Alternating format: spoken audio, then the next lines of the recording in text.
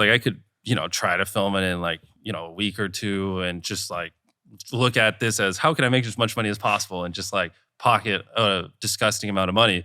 But that's not the goal here. The goal here is to make the greatest streaming show possible. So people, look at the YouTuber, economy and it's like, wow, they can really move the needle. Yeah. You know what I mean? This is a big deal for that. This is like a historic deal in our space. And like in the past, creators and traditional media have tried things, but it's never really worked. I know. Right? It's never worked. And so this is like a historic moment and also like an inflection point.